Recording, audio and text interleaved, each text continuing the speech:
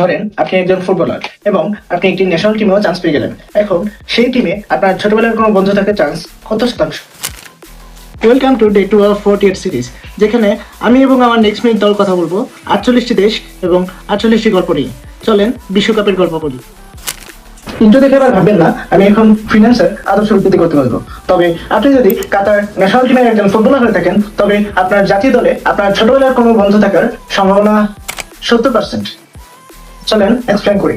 আর এতক্ষণ নিশ্চয়ই বুঝে গেছেন আমরা আজকে কথা বলবো কাতার নিয়ে।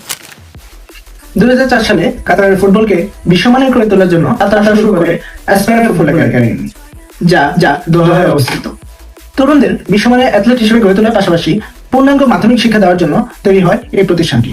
এবং এই প্রতিষ্ঠানটি কাতারের বিশ্বজুড়ে ক্রীড়া সাফল্য এবং কাতারের জাতীয় ফুটবল দলের সফলতার মূল ভিত্তি।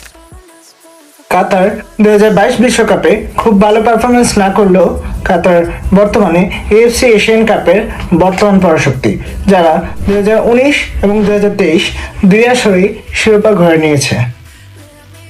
কাতার এবং তাদের অ্যাসপায়ার একাডেমি 26 বিশ্বকাপে কেমন করবে তা অবশ্যই জানা যাবে, এবং আমাদের নেক্সট মিনিটকে ফলো দিতে ভুলবেন না, কারণ গল্প এখনো অনেক বাকি।